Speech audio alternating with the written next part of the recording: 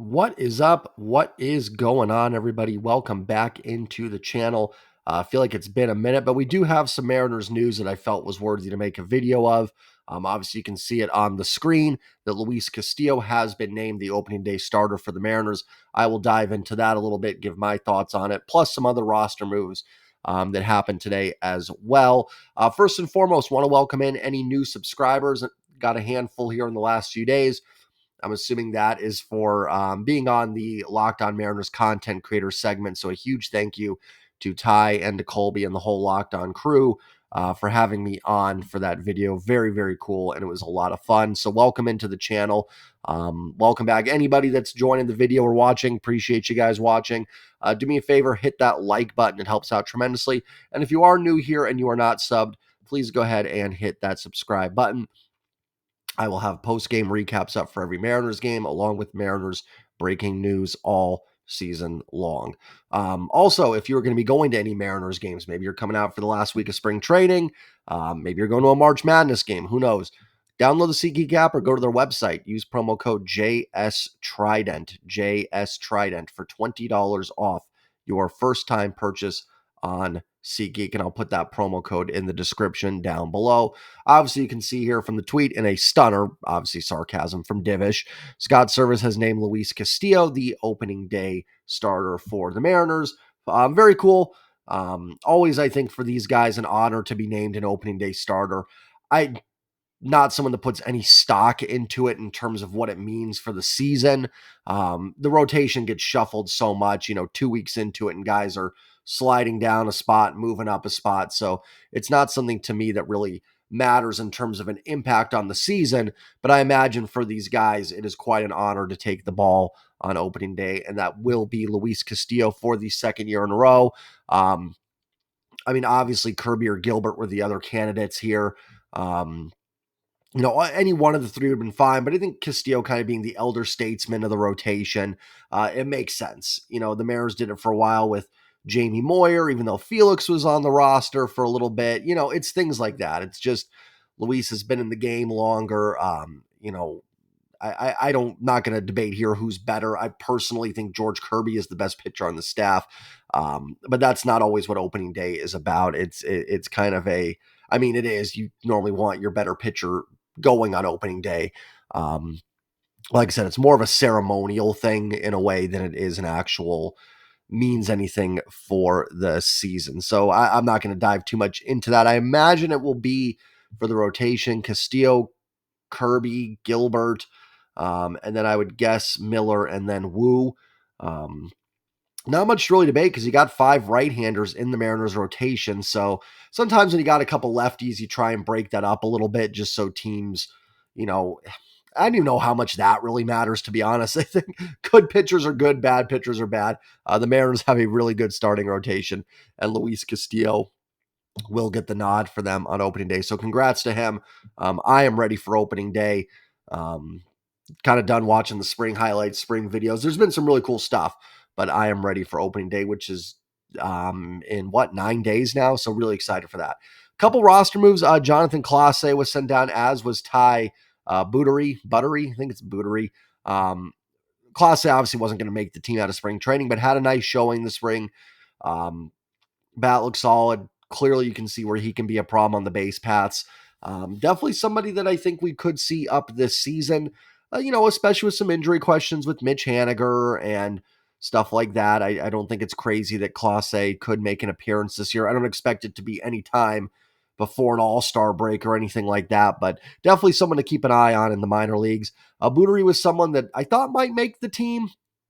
He looked pretty solid. Fastball was touching the high 90s, so I thought he had a chance.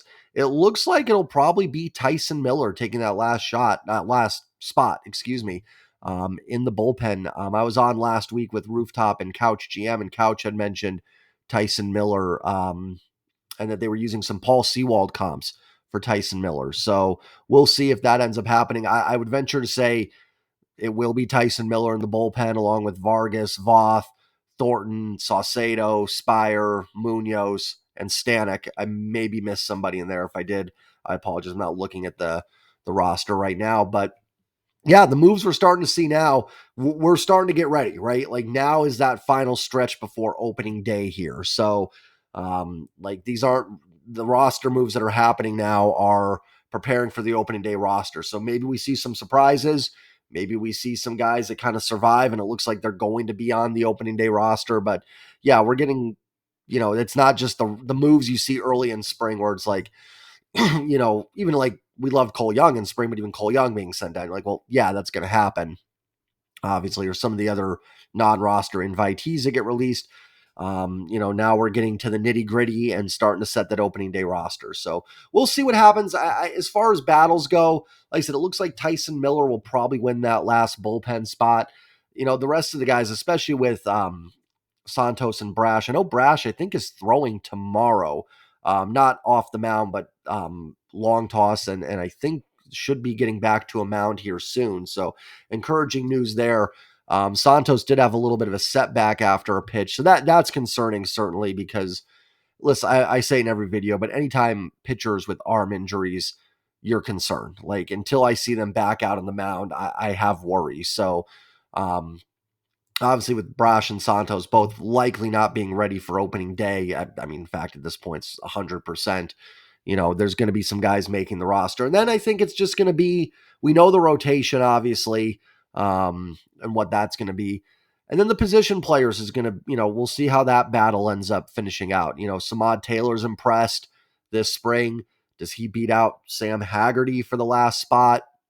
Possibly. Even third base a little bit. Brian Anderson's had a nice bat in spring. I'm not big on Brian Anderson, but Luis Urias does have an option. They could possibly say, listen, we're going to send you down and roll with Brian Anderson. I don't think that's what they'll do.